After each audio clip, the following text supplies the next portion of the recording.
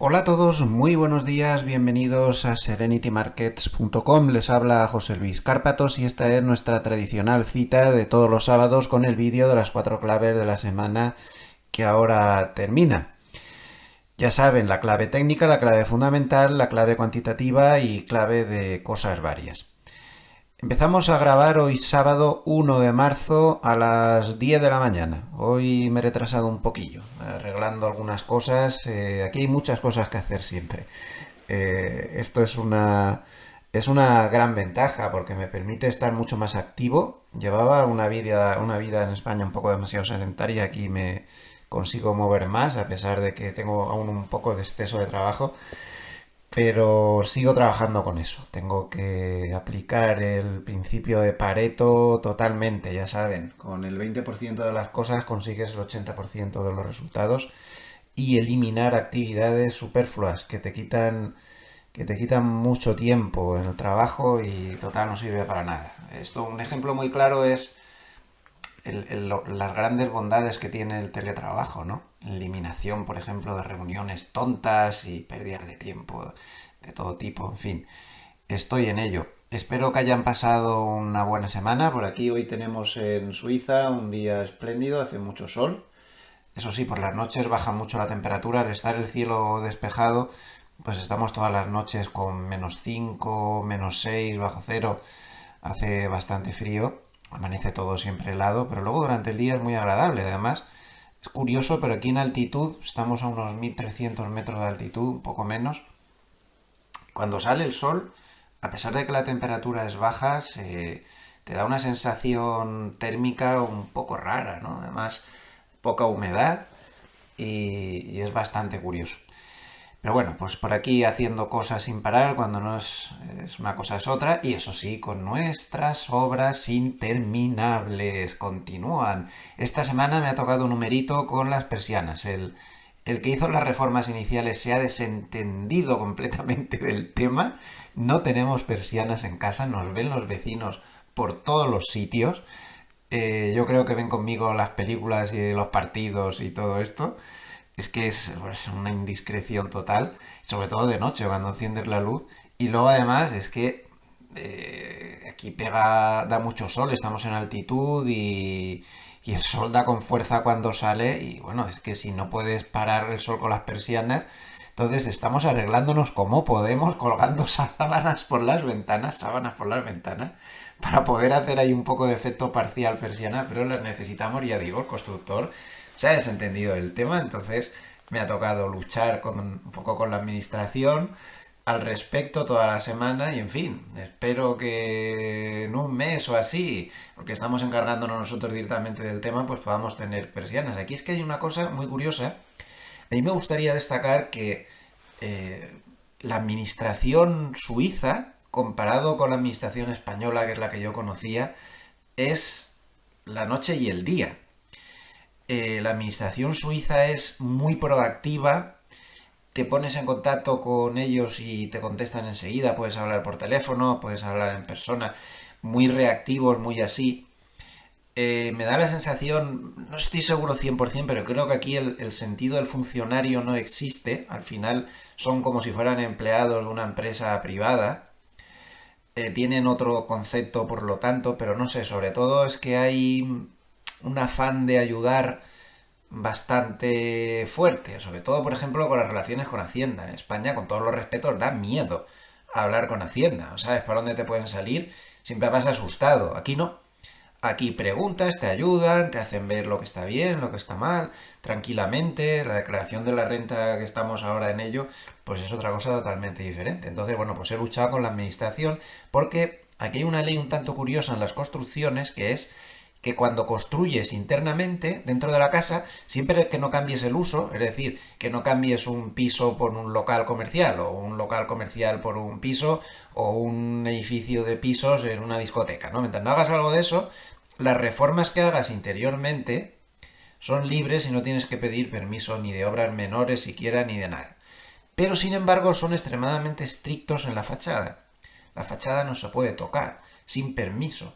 No se puede poner una persiana, no se puede poner un aparato de aire acondicionado, no se puede ni siquiera cambiar el color de la fachada si no pides permiso. Y en eso pues estoy luchando, intentando ponerme de acuerdo con lo que opina la administración con todas las cosas. Ya ven qué entretenidos estamos. Ah, por cierto, esta semana no ha pasado ni un solo albañil por aquí. Ni uno. Y eso que faltan un montón de cosas. Así que, en fin, ya saben, esto de las obras a nivel internacional, pues hay que tomárselo con bastante filosofía. Bueno, ¿qué vamos a hacer? Yo ya tengo una vida normal, estoy con mis series, con mis partidos y de hecho estoy en un ambiente aquí en un pueblo tan tranquilo, rodeado de naturaleza, que me fomenta mucho, no sé cómo decirlo, como una especie de espiritualidad interior. Entonces, por ejemplo, he vuelto a hacer cosas que me encantan, como es leer libros de filosofía, sobre todo los clásicos, me gusta muchísimo. Y ahora, por ejemplo, estoy terminando una novela, estoy a medias, estoy terminando una novela policíaca de Dickens, Un animal salvaje, me gusta mucho, pero estoy compaginando, por ejemplo, con la lectura de La ciudadela interior, de un autor que ha explicado pues muy bien todas las meditaciones de Marco Aurelio. Vamos, es un libro sobre el estoicismo, bebiendo de las fuentes clásicas de Marco Aurelio, muy profundo, bastante espeso. Se lo recomiendo si les gusta la filosofía. Está en español también, yo me lo leo en francés para practicar. Magnífico el libro. Eso sí, es muy denso, ¿eh?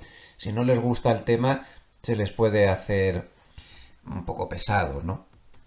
Y bueno, pues como digo, viendo series, las dos últimas series que he visto, esta semana he terminado la serie Silo en Apple Televisión, tiene un final de temporada, segunda temporada muy bueno, trepidante, muy recomendable la serie, también hace reflexionar un poco sobre la sociedad. Y atención, sobre todo, si terminan de ver la serie, en el último capítulo, los últimos minutos verán una cosa rara, no voy a dar más spoiler. Sigue la serie, ¿eh? Aunque vean una cosa rara, no es que hayan cambiado de serie, sigue la misma serie, estén atentos. Y luego una gran decepción, una serie que estaban promocionando mucho en Netflix y que salía nada menos que Robert De Niro, no es que salga, que es el protagonista, Robert De Niro, y malísima, Zero Day, un rollo de mucho cuidado. Me quedé completamente dormido las dos veces que he intentado ver el primer capítulo, no me gusta. Parece que se ha tirado de un grande del cine pues para tapar una serie realmente bastante chunga. Un poquito de propaganda antes de empezar y nos vamos ya volando al mercado. Puedes comentar que hay nuevas ediciones de los magníficos programas preparados por Judy Juliá, el programa intensivo de scalping y de swing trading, realmente muy buenos. Ambos programas han tenido muchísimo éxito. Bueno, basta ver que el de scalping ya va por la cuarta edición. Están de nuevo disponibles. Y también recomendar el programa sobre fundamentos del trading. Igualmente tenemos un programa sobre inversión inmobiliaria. También recomendarles que si entran en la web gloversia.com, pues pueden ver todas las actividades que llevamos a cabo en nuestra IAF, con un montón de estrategias, vehículos de inversión colectiva y demás. Asesoramos con todas estas cosas. Recordarles que hace pocos meses lanzamos una estrategia nueva, que es esta de Gloversia Futuros, que llevo yo personalmente.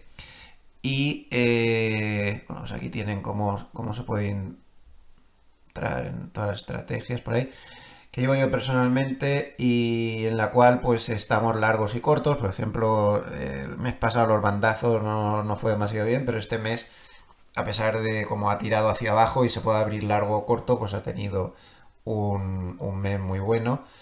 Bueno, es un producto creado pues para poder estar al tanto, estar en el mercado, tanto si se baja como si se sube, poder aprovechar ambos lados del mercado y con la filosofía, eso es lo que se intenta, a ver si se puede conseguir, la filosofía de que todos los años pues se pueda acabar en positivo, sea alcista o bajista, mejor o peor que el mercado, pero en positivo. Pueden dar un vistazo. Y también recordar que somos muy activos en inmobiliario, que estamos preparando nuevos programas para entrar en inmobiliario con rentabilidades muy interesantes y también en corporate para temas de inversión en empresas y demás. En globersia.com pueden tener todo el enfoque, todas las informaciones. Ahí está cómo ponerse en contacto con nosotros. Bueno, pues nos vamos al mercado. Yo creo que lo más urgente del mercado es intentar comprender qué pasó ayer. Bueno, antes de empezar, darle una noticia. No es una noticia tremenda, no lo digo en plan, vamos a dar una noticia importante, una noticia macro, que en China pues publican datos macro los sábados y hoy han publicado cifras de PMIs en concreto. El PMI de manufacturas en China, este es el dato oficial, ya saben que luego se da otro algo menos oficial, que es el Caixin, este es el oficial, 50,2 en manufacturas cuando se esperaba 50, y en servicios 50,4 cuando se esperaba 50,3. Por lo tanto, pues está bien, buenos resultados de estos PMIs, tanto de manufacturas como de servicios. Bueno, como decía, lo más importante es intentar determinar rápidamente qué pasó ayer en los últimos minutos de la sesión. Porque claro, si nos vamos al gráfico de 5 minutos, verán que la cosa estaba muy fea, el mercado se había puesto muy nervioso después de ver el rifirrafe que hubo ayer en la Casa Blanca entre Zelensky y Trump. Rifirrafe que no vamos a analizar, no hacemos análisis ninguno de ninguna clase que no sea repercusiones económicas de la política en el mercado. Las repercusiones económicas de la política en el mercado fue que el mercado se asustó con todo el rifirrafe. Estaban los nervios pues un poco así, porque ya saben que el tema del proceso de paz es algo que ha ayudado mucho, sobre todo a Europa. A Europa le ha ayudado muchísimo, Europa está mucho más fuerte que Estados Unidos por todo ese proceso de paz, y tras ese enredo que hubo ayer ahí, pues no se sabe muy bien cómo ha quedado el proceso de paz. Aunque la mayoría de analistas geopolíticos creen que hay mucho postureo ahí, que al final sí que se continuarán con las negociaciones, no lo sé. El caso es que esto había puesto nervioso al mercado. Ya que lo digo, pues esta ha sido una de las claves de la semana, el proceso de paz. Es importante que lo tengamos claro, que para el mercado suena música celestial, especialmente para las bolsas europeas, que haya paz en Ucrania. Y si todo esto se revertiera por alguna razón, por esto que pasó ayer o por cosas que puedan pasar en el futuro, o simplemente porque se ve que ha habido mucha declaración teóricamente positiva, pero que a la hora de la verdad ucranianos y rusos no se ponen de acuerdo, pues eso haría mucho daño al mercado, sobre todo a las bolsas europeas. Podía provocar un daño realmente serio en Europa. Y ahora vuelvo a este gráfico. Porque al final lo que está haciendo volar al DAX, por ejemplo, es eso precisamente, ese proceso de paz en ciernes. Cualquier,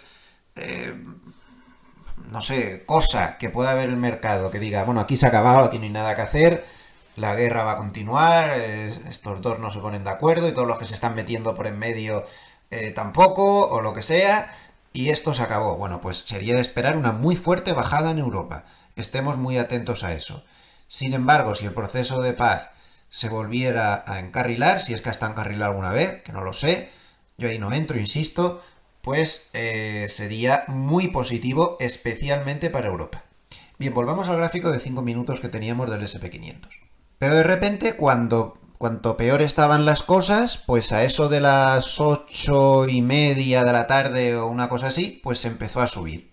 Se empezó a subir, poco a poco, hasta que hubo un tirón fortísimo en los últimos 25 minutos aproximadamente. Se pasó de 5.906 el SP500 hasta llegó a tocar un máximo en 5.970 y medio, prácticamente, nada menos. Con lo cual se cerró el día en 5.963,25, fue el precio de cierre que le dieron, con más 1,48% cuando durante el día se había llegado a caer a 5.848. ¿Qué pasó? Es muy importante determinar lo que pasó para que podamos juzgar y para que podamos orientarnos en el análisis. Bueno, pues yo creo que fue la mezcla de dos cosas. La mezcla de dos cosas. Una de la que no van a tener referencia alguna en los medios, porque es que no sé por qué últimamente los medios de comunicación le han tomado manía al análisis técnico. Da la sensación de que aquí lo único que cuenta es el análisis fundamental. Yo creo que ese talibanismo no nos lleva a ningún lado. Tengamos un poco de templanza en las cosas y de cabeza fría. Cualquier cosa que ayude para poder analizar el mercado sirve. Y sirve y mucho el análisis fundamental y sirve y mucho el análisis técnico. Y lo voy a demostrar ahora muy rápidamente. Porque de esa causa que no se va a hablar es una causa técnica, pero yo creo que fue absolutamente fundamental. Los que nos estén siguiendo en los vídeos diarios recordarán que ya en la apertura, que no pintaba tampoco excesivamente bien, ya en la apertura comentaba que estábamos llegando a un soporte muy importante. La media de 200 en el futuro del SP500 y la media de 200 en el futuro del Nasdaq. Está muy bien lo que hace el spot, pero al final el dinero la gente no se la juega en el spot, se la juega aquí. Los CTAs y todo el mundo que estamos especulando estamos metidos en el futuro, aunque también hay gente que está metida en las opciones que sí que toman como referencia el spot y otras el futuro, pero las más importantes el spot. Entonces, habíamos llegado a la media de 200 en el futuro del SP500, una media de 200 que había resistido la última caída de agosto, que fue bastante más fuerte que esta, se paró exactamente ahí y ahí remontó. Y no se había visto al SP500 futuro por debajo de la media de 200 desde octubre del 2023, que se dice pronto. Este tipo de soportes en el primer intento, salvo que vayas con un catalizador extraordinariamente poderoso, es muy difícil pasarlo a la primera, lo advertimos antes de que pasara. Por una que acierto, ¿no? Por una que acierto tengo que presumir. Pero esto estaba claro. Este soporte era muy difícil pasarlo a la primera. Pero es que en el Nasdaq estábamos exactamente igual. También el futuro del Nasdaq estaba llegando a la media de 200. Es muy difícil pasar esto a la primera, y más en combinación con otro gran índice como es el SP500, y bueno, pues rebotó en el SP500, y de qué manera, y rebotó en el Nasdaq, y volvió a cerrar por encima de la media de 200. En el Nasdaq no se mueve por debajo de la media. Fíjense cómo aguantó aquí la caída de agosto, aguantó la caída de septiembre, aguantó la caída de abril del 2024, todas las caídas que hemos tenido importantes en los últimos tiempos siempre se han parado en la media de 200, esta caída de aquí también, bueno, ya lo he dicho antes, no está por debajo de la media de 200, porque también paró la caída de octubre del 2023, el futuro del Nasdaq no está por debajo de la media de 200, desde enero del 2023. Desde entonces, cualquier caída, 1, 2, 3, 4, 5, 6 y esta es la séptima. En las 6 ocasiones anteriores, desde finales del 2023, cada vez que se ha llegado a la media de 200, se ha parado el mercado ahí. Pues ya tienen la explicación de lo que pasó ayer, claramente. Pues porque nadie se atreve a quedarse corto por debajo de un nivel como este, y cuando ven que hay el más mínimo rebote inducido por lo que sea y hubo algo que que efectivamente lo indujo. Vamos a verlo, ¿no? Tuvimos un gran rebote.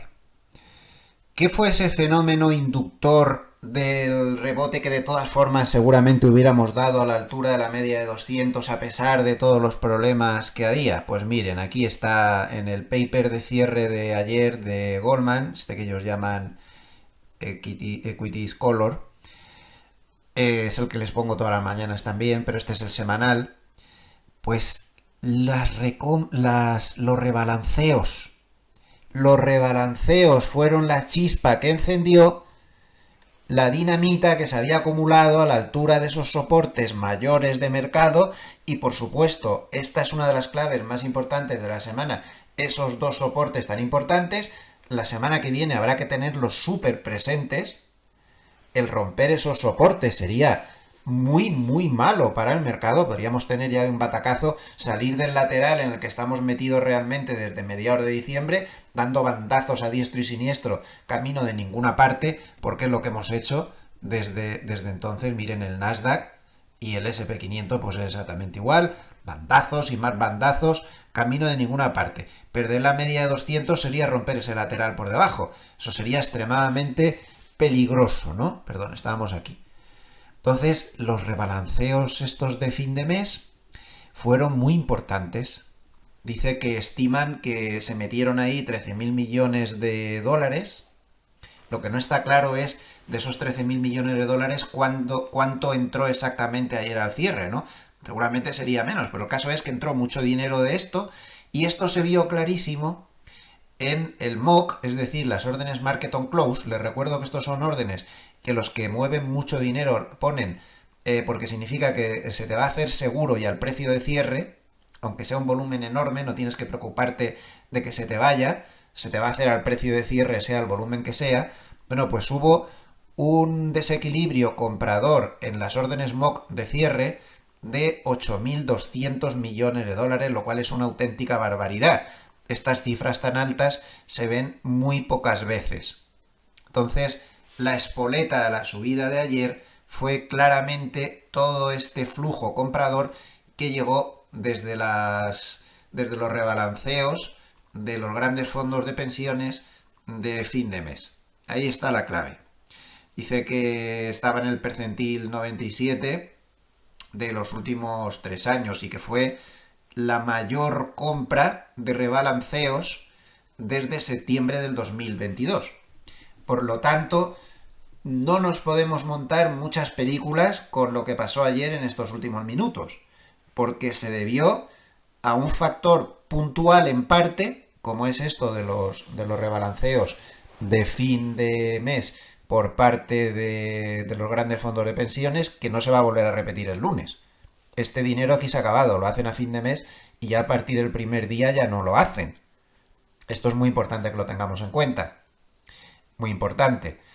Pero la otra parte responsable de la subida, que es el hecho de que se tocaran esos dos soportes importantísimos en la media de 200, eso sí que va a seguir ahí.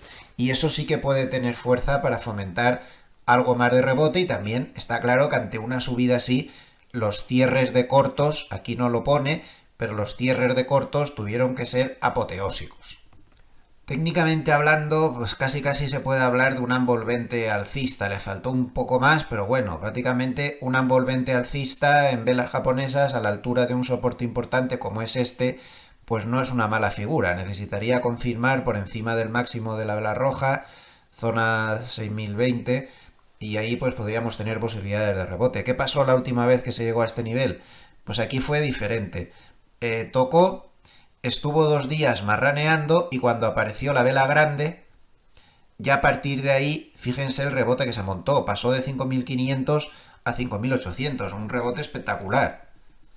Aquí la vela grande ha aparecido más rápido por esta circunstancia de los fondos de pensiones, si no posiblemente habríamos marraneado como pasó aquí, y cuando aparece la vela grande pues es cuando te avisa. Entonces, bueno, no es un mal indicio para esperar el rebote. El oscilador de McClelland no está mal porque, como ven, llegó a estar al cierre, no, pero llegó a estar durante la sesión anterior por debajo de menos 100. No se ha sobrevendido lo suficiente, pero bueno, pasar del menos 100 otra vez arriba no suele ser una mala señal. Ayer, el caso es que la amplitud de ayer fue muy buena y llevó al oscilador a menos 22 tan solo. 1915 valores en el NISE subieron, 847 bajaron. Fue muy importante la cantidad de valores que subieron, y el volumen, pues como podemos ver, prácticamente los que subieron doblaron en volumen a los que bajaron. Por lo tanto, pues esto sería un poco el análisis de lo que pasó ayer, que creo que era muy importante tenerlo claro.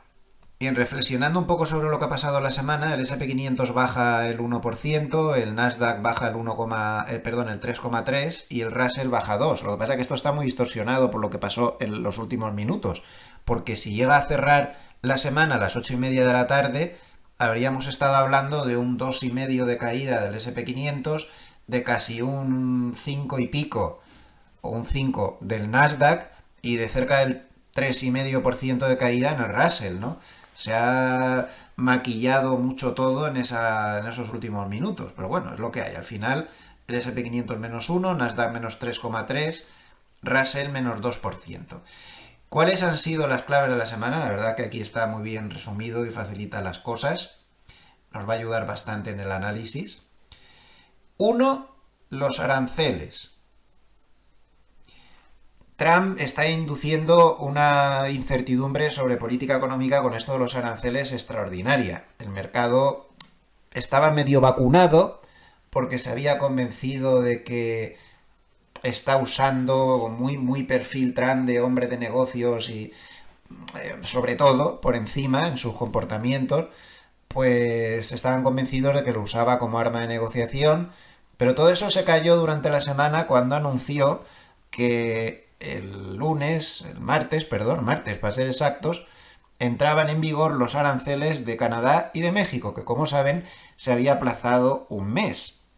Entonces estos los aranceles, pues ya al final, tanto lío con abajo y arriba, pues al final acabó por poner nerviosos a los mercados. Además dijo que a China le ponía otro 10% más, nos vamos a un 20%. También dijo que a la Unión Europea le pondría aranceles, no quedó muy claro sobre qué, pero sobre todo a la automoción. Esto provocó que el sector de automoción se pusiera muy nervioso en Europa.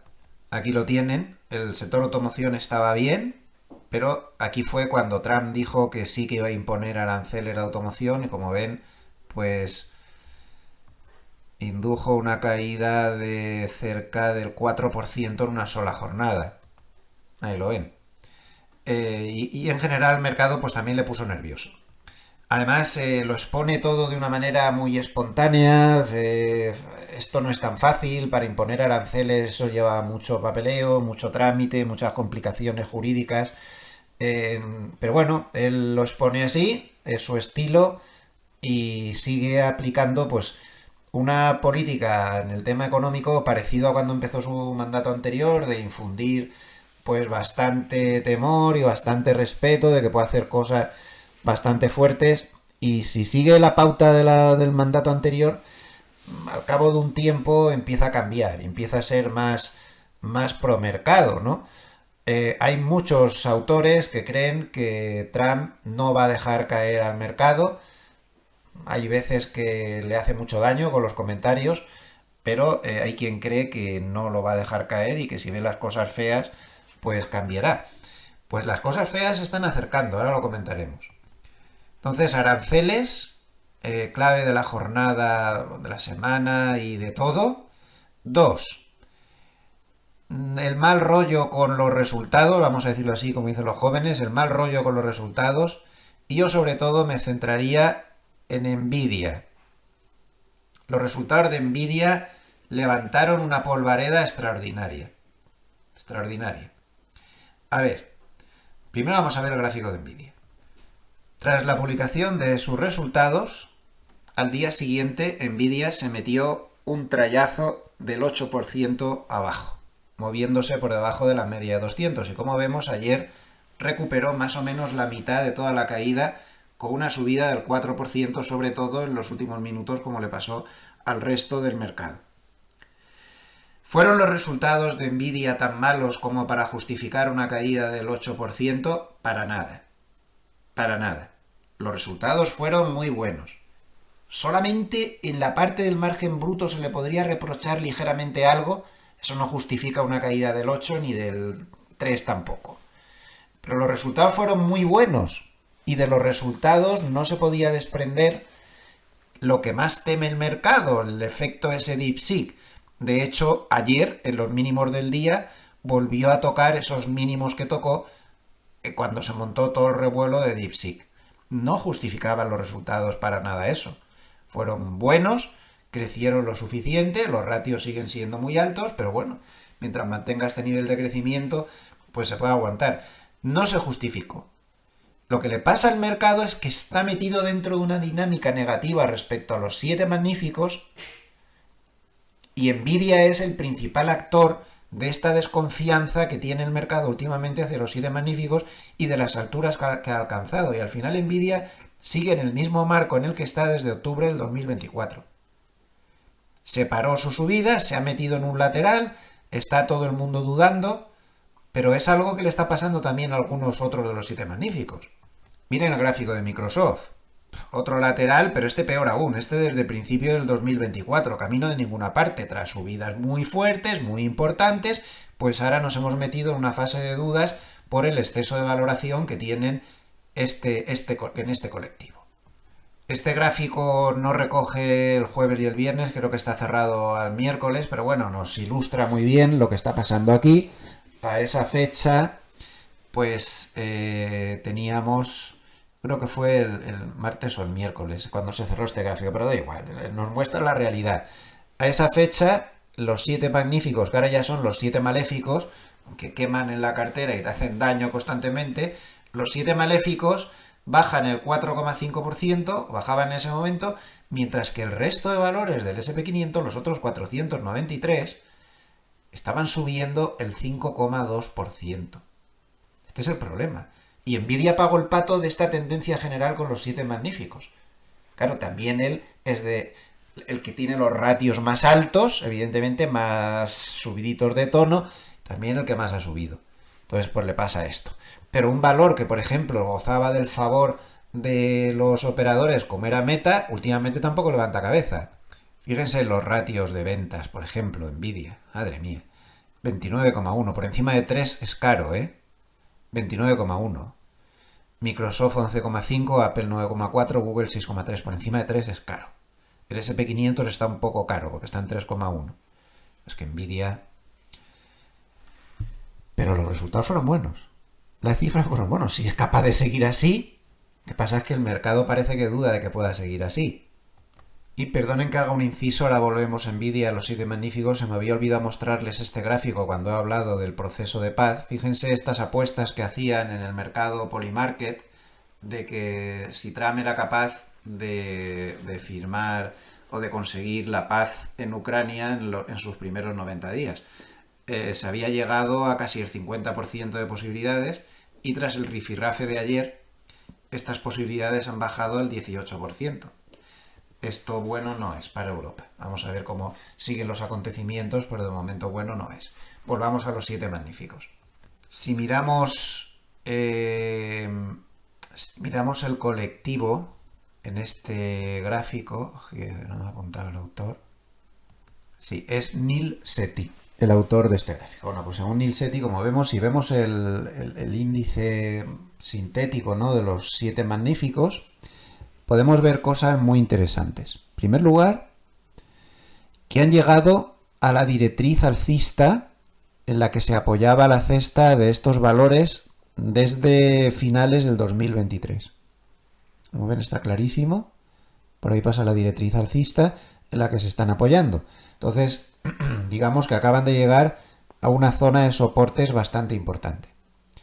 Y en segundo lugar, también llama la atención, si se fijan en un RSI normal de 14 periodos, como ven, están en el punto de sobreventa mayor desde todo ese periodo. La sobreventa es muy fuerte. El mercado ya saben que es muy asimétrico. Puede permanecer en sobrecompra durante largos periodos de tiempo, pues aquí tienen un ejemplo, o aquí, pero cuando llega a sobreventa se mueve mucho más rápido y sale de la misma normalmente mucho más rápido, salvo en tendencias bajistas demoledoras. Luego están muy sobrevendidos ahora mismo, esto puede favorecer los rebotes. En cualquier caso, como ven, la caída que lleva el colectivo es muy severa. Hacía mucho que no se veía una caída de todos tan severa. Entonces, por eso digo que al final es un problema de todos los 7 magníficos, de mucha desconfianza hacia sus valoraciones, y Nvidia lo pagó en sus resultados, que fueron muy buenos, pero sin embargo, pues lo pagó de golpe con esa caída un poco rara del 8 y pico por ciento. Por cierto, acaba de hablar del RSI, de esta cesta de los 7 magníficos. Durante la semana Bank of America, el paper que hacen sobre análisis técnico, dicen que les preocupa mucho la constante divergencia que se está viendo entre el SP500, que está dando pues más o menos sucesivos máximos de aquella manera, y las divergencias con el RSI que no está dando esos nuevos máximos. Una divergencia con un oscilador no garantiza nada, pero a ellos les preocupa que si hubiera una ruptura por abajo con esta divergencia se podrían complicar las cosas. Todo este atasco que tienen los 7 magníficos está llevando a algo que está pasando bastante inadvertido, pero que yo quiero llamar la atención, y es que Goldman, en todos los modelos que está publicando últimamente, está advirtiendo sobre que las rentabilidades que hemos estado viendo en el SP500 desde el año 2009 prácticamente hasta hace bien poco se han terminado, y que cada año vamos a tener rentabilidades promedio más bajas.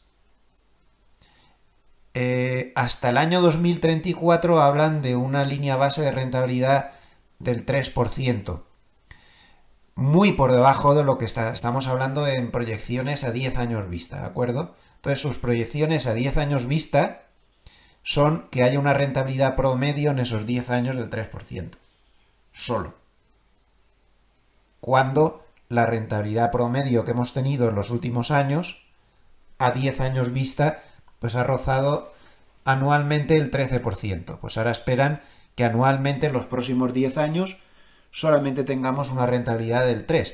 Esto está pasando desapercibido, pero me parece un buen aviso para navegantes, que a lo mejor nos tenemos que espabilar, operar de otra forma, más a corto plazo, abriéndonos a abanicos de otros productos, quizá más gestión activa, no sé. Es un aviso interesante. No es el único banco que lo está haciendo, ¿eh? He visto estudios de JP Morgan y Morgan Stanley tirando por el mismo camino. Me parece una llamada de atención importante. La gente pues no se fía. Fíjense este gráfico de cíclicos contra defensivos. Pues bueno, creo que está bastante claro de que el mercado ve que hay problemas, ¿no? Uno de estos problemas es con los 7 magníficos, pero luego hay otro problema macro que es lo más importante de esta semana, que lo vamos a dejar para más adelante. Ahora lo hablaremos. Bueno, total, que los resultados de Nvidia no fueron malos, las previsiones de CAPEX tras haber publicado todos los grandes siguen siendo las mismas, el efecto DeepSeek no se ve, en este gráfico lo podemos ver, las previsiones de CAPEX anual siguen siendo altísimas y una buena parte está en inteligencia artificial. Y por ejemplo, JP Morgan ayer, pues miren qué paper se soltó tras esos resultados que el mercado castigó tanto, ¿no? Pues ya ven lo que dice, sobreponderar, precio objetivo 170 para diciembre del 2025.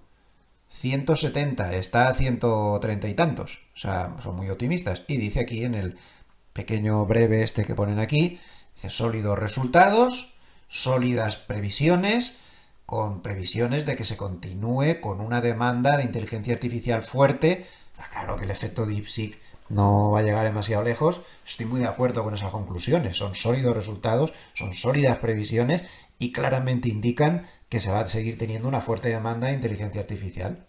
Luego progresan bien la producción de su nueva tecnología Blackwell y otra serie de desarrollos que están haciendo, y la demanda continúa siendo más fuerte que la oferta. Esta es la realidad. Otra cosa es todo lo que ha pasado, todo este proceso mental que lleva al mercado. Pero los resultados fueron buenos. Y JP Morgan tiene razón con este análisis que hace. Aquí tienen en este gráfico cómo está reaccionando Nvidia en las últimas publicaciones de resultados, ¿no? Y los promedios que salen y demás. Bueno, pues lo tienen, perdón, ordenado por fechas. No está incluido lo de la última publicación, evidentemente. Por ejemplo, la última vez que publicó, a los 2 días bajaba un 2,7, a los 5 días bajaba un 7,2, al mes bajaba un 7,7%. Como ven, bastante complicado. Y los promedios pues son estos.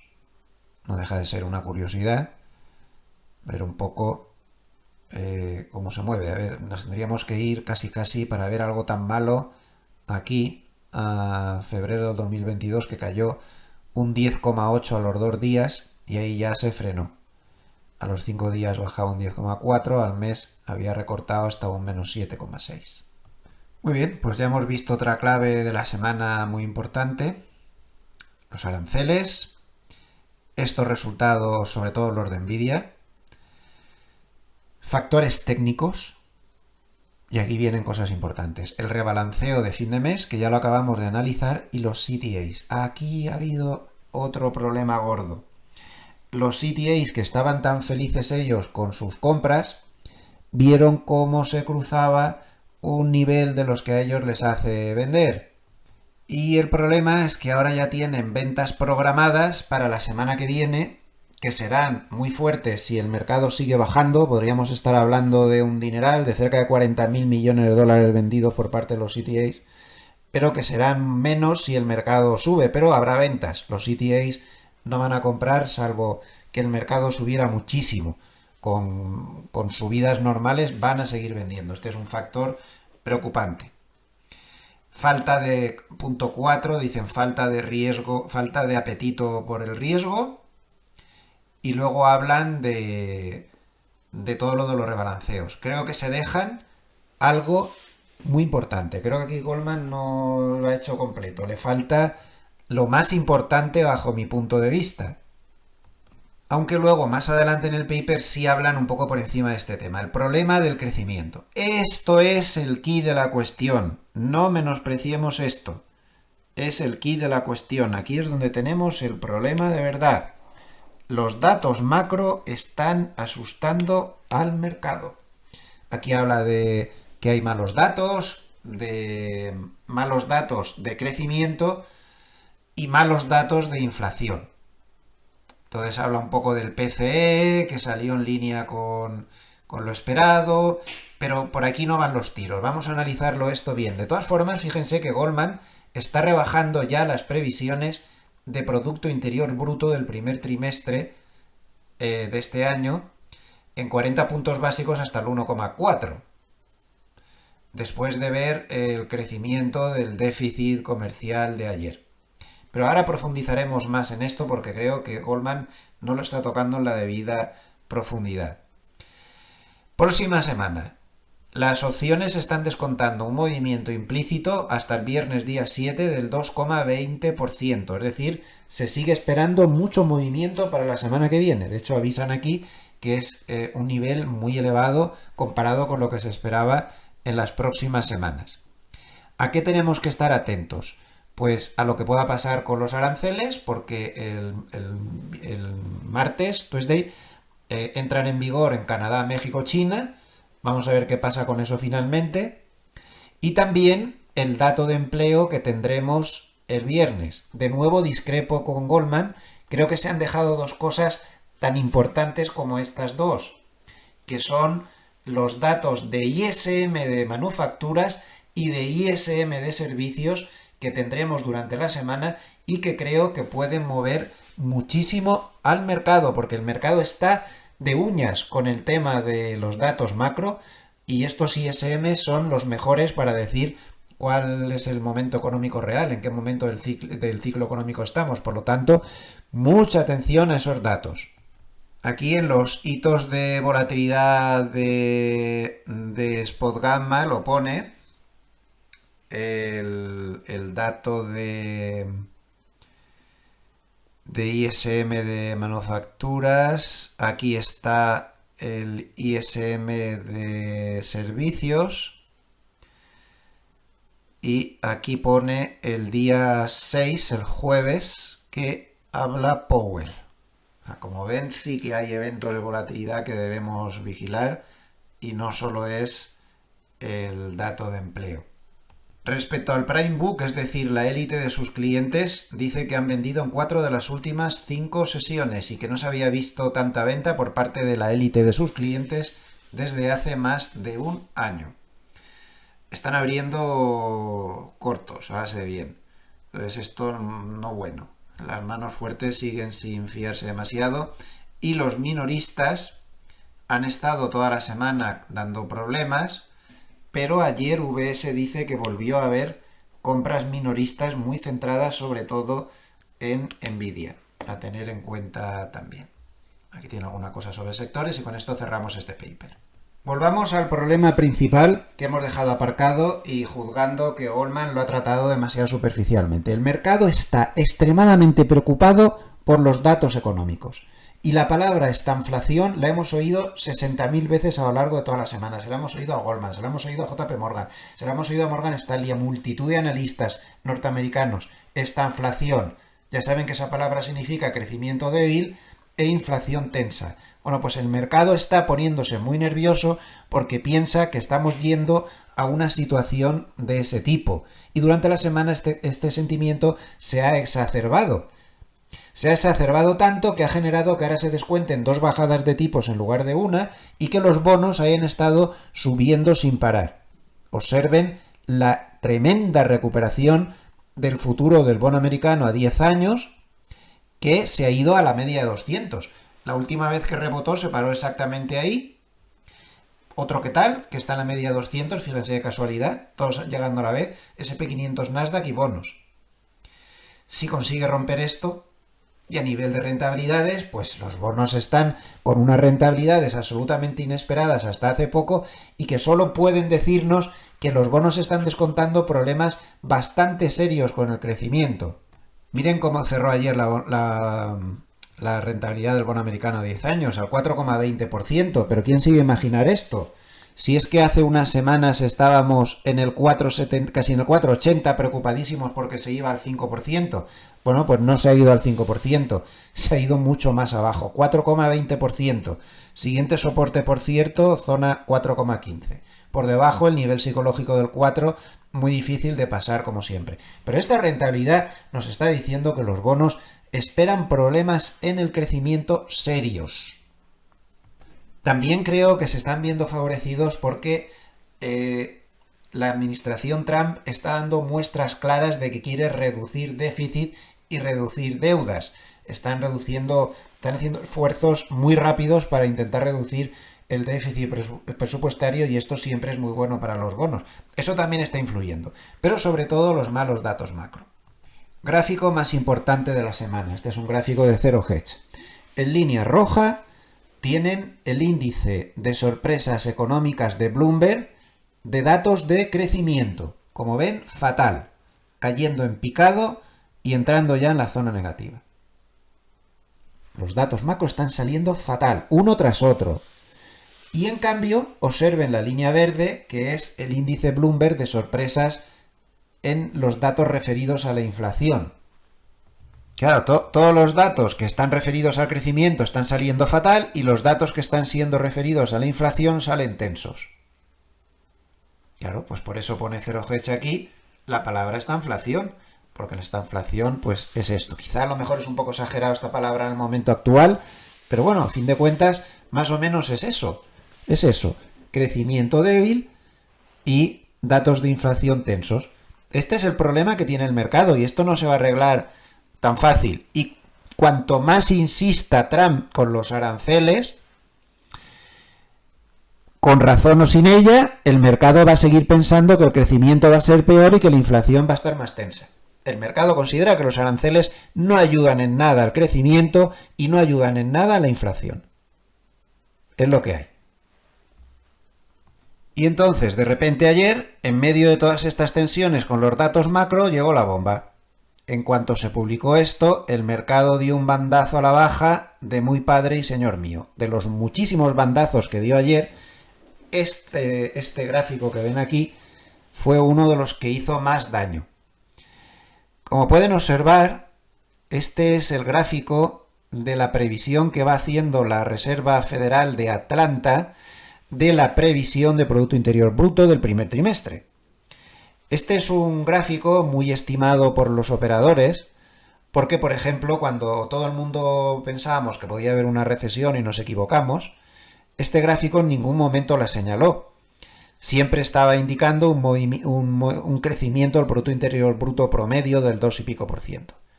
Claro, aquí cundió el miedo cuando se vio que de repente este dato, que es muy respetado por los operadores, que lo calcula la propia Reserva Federal, la de Atlanta en concreto, como he dicho, Miren la previsión que hay en este momento de Producto Interior Bruto del primer trimestre. Ha bajado de golpe y de repente ante el aluvión de datos macro negativos, de tener una previsión de un 2,3%, que estaba pues en línea con lo normal, a un menos 1,5%.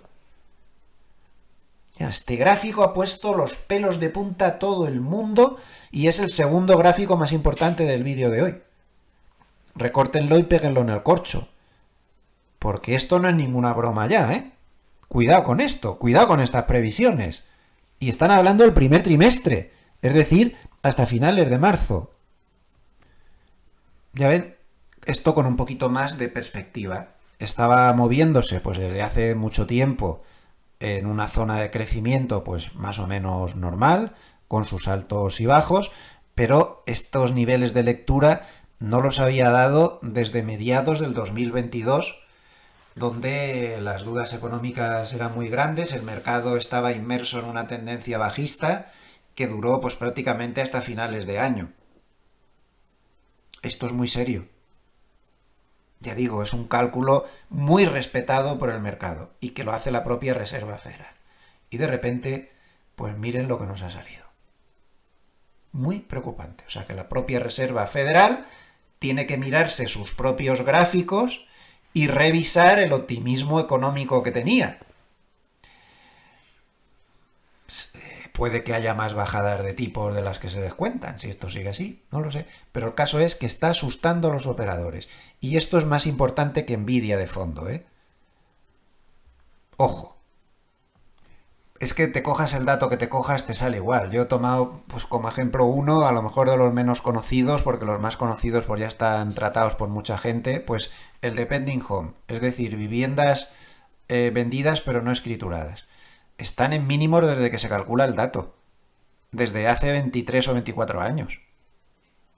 Es que está todo así. Por eso he dicho al principio del vídeo que Trump, que es un hombre de mercados y que evidentemente ya estará recibiendo esta información, tiene que tomar nota de esto.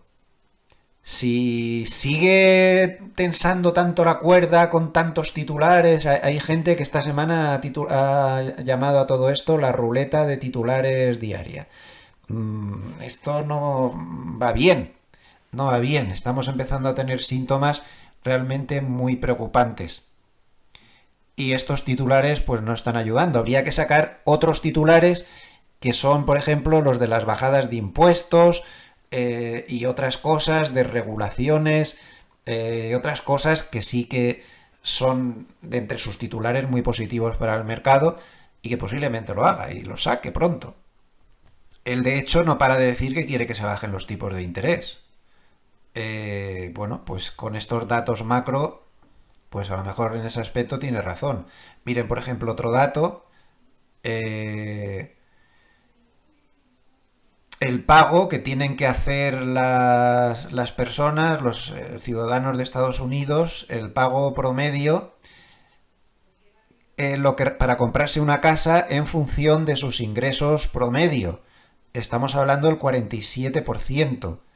Hacía muchísimos años que no se requería un esfuerzo tan grande. Fíjense que, por ejemplo, en el año 2020 hacía falta solo un 28% de los ingresos para poder meterse en una vivienda, ¿no?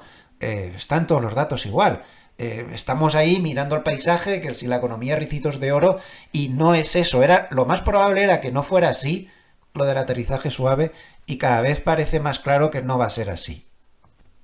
Y claro, el tema de los aranceles, pues es que está moviendo mucho mercado. Observen aquí, en este gráfico de Bloomberg, el número de menciones que se hacen en las conferencias de prensa tras la publicación de resultados que hacen las compañías del S&P 500, el número de veces que se ha hecho mención a los aranceles. Evidentemente no se había visto tantas menciones a los aranceles desde el mandato anterior de Trump. Ya saben que entre los años 2018 y 2019, que es donde está este pico, pues la guerra comercial estuvo siempre encima de la mesa. La guerra comercial realmente empezó a primeros del 2018 y luego se fue calmando las cosas, aunque siempre estuvo ahí encima de la mesa.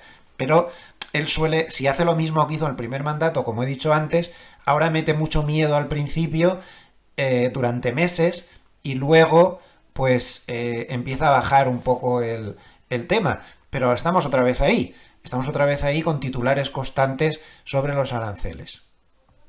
Cuando estaban esos titulares constantes sobre los aranceles, lo digo por esa opinión de que Trump no quiere dejar caer el mercado y posiblemente no quiera, pero es que esto no es tan fácil de controlar. Aquí vemos el gráfico del 2018, supongo que Trump tampoco quería dejar caer el mercado, pero aquí tenemos una caída del 11% por los titulares de la guerra comercial, aquí volvemos a tener otra caída del 8% con los titulares de la guerra comercial, luego la cosa se arregló, pero hacia finales de año, donde se enzarzó Trump y Xi con el tema de los aranceles, pues el mercado se cayó un 19%. Y yo estoy seguro de que Trump, como hombre de mercado que es, en ningún momento le hizo gracia que el mercado cayera, pero el mercado cayó un 19%, ¿eh? O sea, 3 veces en el año bajó más de un 10%, y una de las veces un 18%. Entonces, esa teoría de que Trump no va a dejar a caer el mercado puede inducirnos a una operativa con errores graves, de decir, ha bajado ya un 6, un 7, no puede bajar más porque va a aparecer Trump. A ver, Trump aparece, evidentemente apareció al final.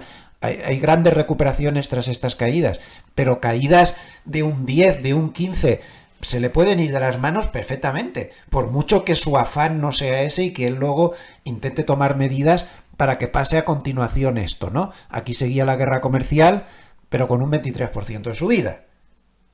En suma, que lo que pretendo, no sé si estoy transmitiendo la idea, es que no podemos pensar que no puede bajar más de un 4 o un 5% el mercado porque enseguida va a aparecer Trump o la Reserva Federal. No es así. Lo único que nos está garantizando todo esto es que efectivamente, como sí que va a intentar, si las caídas son muy fuertes, pero no un 4 de un 5, ya ven, un 10, un 18 de un 15, que va a haber muchos bandazos, que va a ser un año muy turbulento, que no podemos esperar un año plácido como hemos tenido. Goldman lo decía ayer, que no esperemos un año de volatilidad baja, que no esperemos procesos de baja volatilidad durante el año, porque no va a ser fácil. Tenemos que esperar un año de fuertes movimientos, abajo y arriba. No como ahora que estamos dando bandazos, me refiero a que vamos a tener, yo creo que en el año, lo que queda de año, 3 o 4 fuertes subidas y seguramente pues otras 2, 3, 4 fuertes bajadas. Y hay que cambiar un poco el chip. O sea, ya no me va a valer en el año, me quedo ahí a aguantar el chaparrón, sino que habrá que moverse seguramente pues un poco más a corto plazo.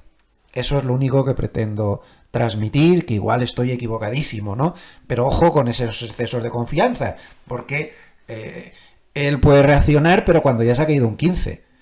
Es evidente que él no quiere que baje el mercado, eso está más claro que el agua. Pero no es tan fácil esto de controlar, es lo que pretendo decir con lo que ya pasó en el 2018 con la misma persona y supongo que el mismo programa en la cabeza y las mismas intenciones en su mente, ¿no? Respecto al mercado. Vamos a ver algunas cosas de varios antes de pasar a darle un vistazo ya al paper de Hartnett, como todas las semanas. Bitcoin. Aquí tenemos un ejemplo. Con Trump el Bitcoin no puede bajar. Le favorece mucho. Pues es cierto, le favorece mucho, pero bueno, no, esto no es tan fácil de controlar, hay muchas cosas en juego. Y decir que el Bitcoin no puede bajar pues porque esté Trump, pues es un error, porque al final el que entrara por aquí arriba pues está ahora sufriendo, ha llegado a sufrir una pérdida del 28%. Hay que poner estas cosas un poco en contexto. El Bitcoin ha tenido muy mala semana, ha sido uno de los hechos más importantes. Ese incremento del temor al riesgo que ha tenido todo el mercado en general le ha afectado bastante. Y otro que tal, otro que está en medias de 200. Ya ven que es un momento crítico. Los bonos llegan a la media de 200, el Bitcoin llega a la media de 200, el SP500, el Nasdaq, Nvidia, todo el mundo está en la media de 200. Luego es un momento muy importante. Si todas esas medias de 200 resisten, vamos a tener un buen mes de marzo. Si todas esas medias de 200 caen a la vez, seguramente lo harán o romper o no romper todas a la vez. Pues tendríamos un mes de marzo para el olvido. Momento muy importante. Ahora les voy a leer un comentario de alguien que saben que suelo seguir con bastante interés, un trader de volatilidad de los famosos, se llama Sem Karsan, hemos hablado muchas veces sobre él. el pronóstico que dio ayer. Hasta ahora está siendo bastante acertado con estos pronósticos a largo plazo que da. Es bastante sorprendente. De hecho, pronosticó bastantes problemas en febrero, lo acertó. Bueno, pues dice que cree que puede haber debilidad, mercados inestables hasta el vencimiento de opciones de marzo, que cree que la Reserva Federal, después del mes, así como a la altura del mes de mayo, de junio, empezará a meterse en QEs que pueden ayudar a un rebote fortísimo del mercado, zona mayo-junio, que habrá una primera bajada de tipos en junio para él claramente, y ahora viene lo peor, y que cree que tras estas subidas de mayo-junio, en la última parte del año, desde los máximos históricos que se alcancen a lo largo del año en esas subidas de mayo-junio, cree que habrá una caída del 30-40% hacia finales de año. Y que esa gran caída ahora es muy difícil que se dé porque hay mucha gente que la está esperando. Y cuando todo el mundo la espera, pues entonces no se produce. Pues a lo mejor tiene razón en que demasiada gente se la espera, porque fíjense qué encuesta más rara que ha salido, más pesimista que ha salido en la Asociación Americana de Inversores Individuales esta semana, con un 60,6% de bajistas, cuando el promedio de bajistas pues solo es del 31% y tan solo 19,4% de alcistas. Esto por ley de sentimiento contrario es extraordinariamente alcista para el mercado. Como decía Carson, demasiada gente esperando la caída, demasiados. Más temas de varios. Es muy difícil que el mercado rompa hacia algún lado, de hecho le está costando mucho, va dando bandazos enormes, pero no termina de romper hacia ningún lado.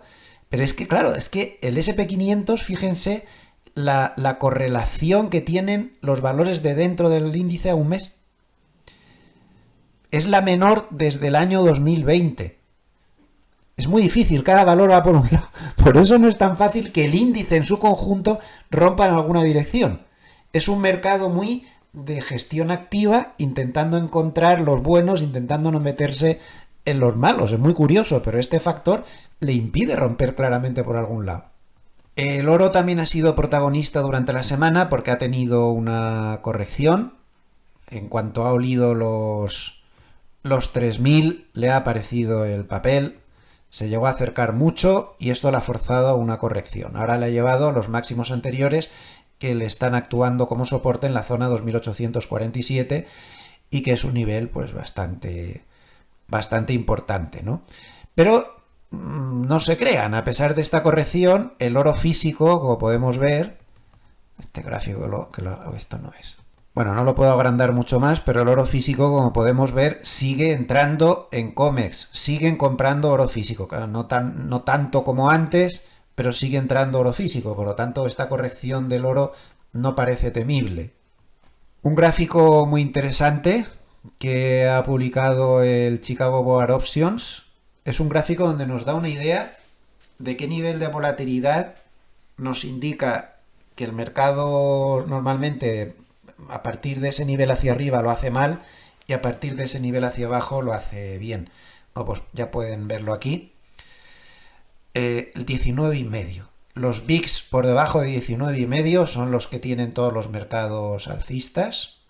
Aquí ven en verde esos periodos donde el VIX ha estado en régimen de baja volatilidad y la bolsa pues ha tenido unas subidas promedio anuales muy importantes.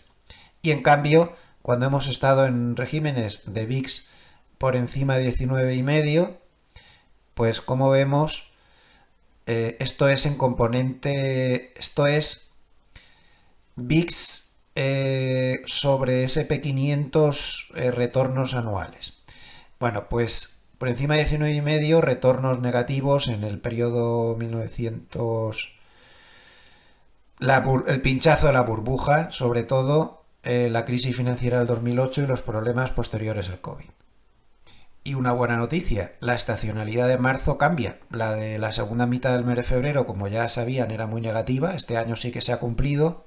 Y ahora tiene una estacionalidad muy positiva durante las primeras jornadas de trading de marzo, para luego estabilizarse y hacia mediados de marzo vuelve a tener una estacionalidad muy positiva. Tener en cuenta, pues si le da por cumplirse este año también. Ayer no se dio el efecto viernes. Parece que se rompe la mala racha. Fíjense cómo en lo que iba de 2025, en las barritas azules está lo que va de año y en las barritas azules desde el año 1928.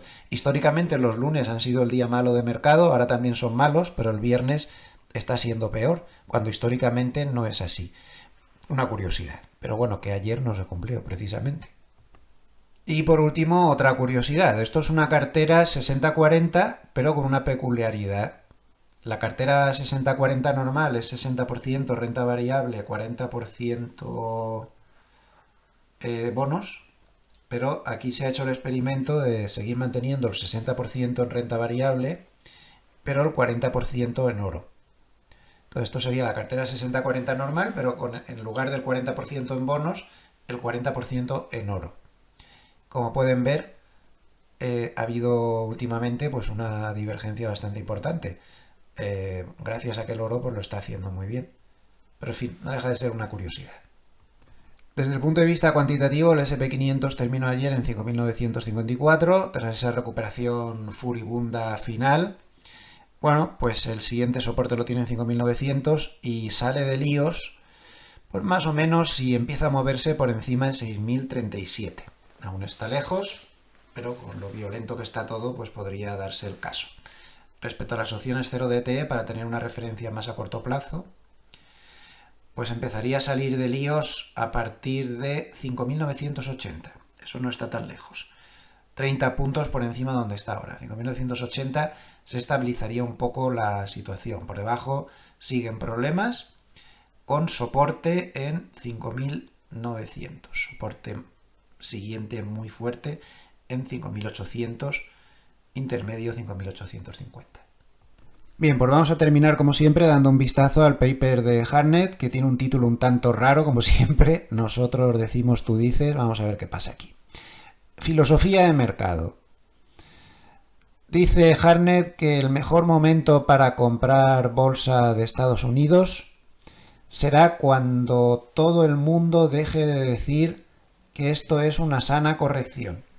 Se opina que por ley sentimiento contrario, cuando todo el mundo diga, madre mía, esto es una caída en toda regla, no vamos a levantar cabeza, ese sería el momento para comprar. Luego otra reflexión un tanto peculiar, dice que Powell controla la parte corta de la curva de tipos, pero que Elon Musk controla la parte larga de la curva de tipos.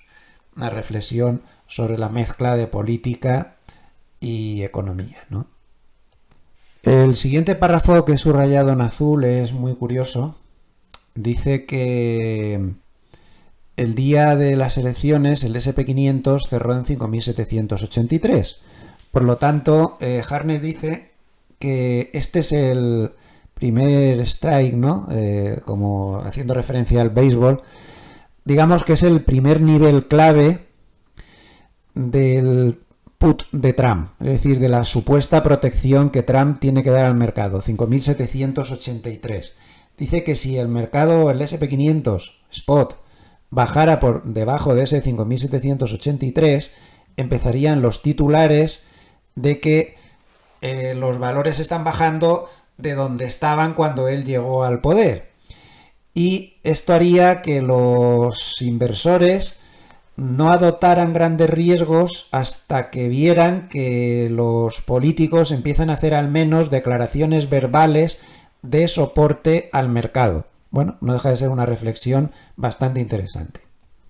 Me salto algunas cosas, nos vamos a los flujos semanales. 57.400 millones de dólares han ido a cash, 27.200 millones de dólares a bolsa, 23.900 millones de dólares a bonos, 4.700 millones de dólares a oro, entra mucho dinero en oro a pesar de la corrección, y fuertes salidas de cripto para el tamaño del mercado, 2.600 millones. De hecho, en criptos es el récord histórico de salidas de dinero. En los ETFs se ha visto lo mismo. Las salidas de dinero que ha habido durante la semana en ETFs han sido las mayores desde que existen. O sea que no ha sido una bajada con poco volumen precisamente, ni mucho menos. En cambio, en el mercado del oro es récord histórico semanal de entradas de dinero. En valores de Estados Unidos han sido las mayores entradas de dinero semanales en lo que va de 2025, y en Europa pues sigue entrando dinero de momento. Su indicador Bull and Bear está en 5,4, más o menos en la zona intermedia, sube 5,3 a 5,4, no nos dice nada con esta lectura. Voy a traducir estos 3 párrafos con la ayuda del chat GPT porque son un poco más espesos. Dice que los inversores parecen desconfiar del S&P500 pensando que Europa es un mercado para alquilar y no para poseer, es decir, para estar una temporadita, pero no tienen claro que Europa vaya a ser así vaya a estar así de fuerte durante mucho tiempo. Yo soy uno de ellos que piensan así. Están preocupados de que un consumidor chino más fuerte pueda ampliar el repunte en China y siguen tan atraídos por los bonos a largo plazo como lo han estado en toda la década. Pero las narrativas y estados de ánimo están cambiando mucho más rápido que las posiciones. Los inversores no están cortos en riesgo ni están largos en bonos o acciones internacionales realmente.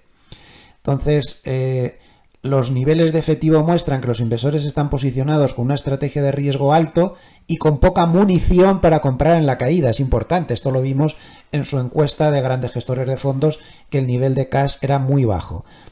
En segundo lugar, pocos inversores admiten tener exposición a duración en sus carteras, es decir, no están con bonos a largo plazo.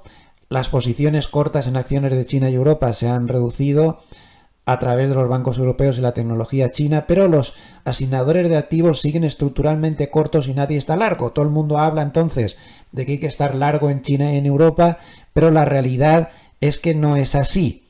Entonces dice que un gran mercado bajista en la confianza en los gobiernos equivale a un gran mercado alcista en el oro. Desde principios del 2024, 27 de 33 elecciones en el mundo han tenido como resultado que se ha expulsado a quien estaba en el poder. Los partidos políticos tradicionales están en su nivel más bajo de participación electoral desde 1918 en el Reino Unido, desde 1928 en Alemania, desde 1945 en Francia. Es decir, hay una desconfianza enorme sobre los gobiernos. Este dato es muy curioso, cómo los partidos tradicionales están pinchando por todos los lados, y esto lleva a que el oro pues sea el valor refugio por excelencia. Bueno, y ahora viene aquí un poco por qué ha puesto el título de tú dices y nosotros decimos, ¿no? Hay que hacer un juego de palabras, vamos a ir traduciéndolo para ver un poco lo que él piensa. Dice, tú dijiste, compra lo que sea, ¿no? Él dice, compren bonos del Tesoro de Estados Unidos a largo plazo. Trump, ¿por qué dice eso? Porque cree que Trump no va a imponer aranceles agresivos, ya que sería un error político permitir una segunda ola de inflación. Atención a la reflexión, esto es muy importante.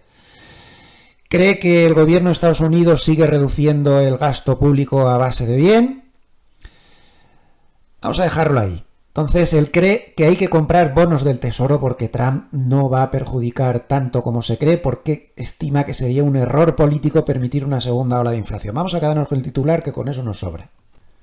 Dice, tú dijiste, sí, y los bonos a largo plazo son una cobertura decente contra el S&P500, pero necesitamos una recesión para justificar su compra. Y es probable que las políticas de Trump se revierten antes de que se genere una recesión, y los recortes de impuestos en el segundo semestre significarán un empeoramiento del déficit. ¿Qué dice Hartnett? Dice, DeepSeek, pico profundo del excepcionalismo estadounidense. Con todo lo que conlleva, no vamos a entrar. Ya saben que lo de DeepSeek lo que quiere decir es que los 7 magníficos no van a estar tan bien.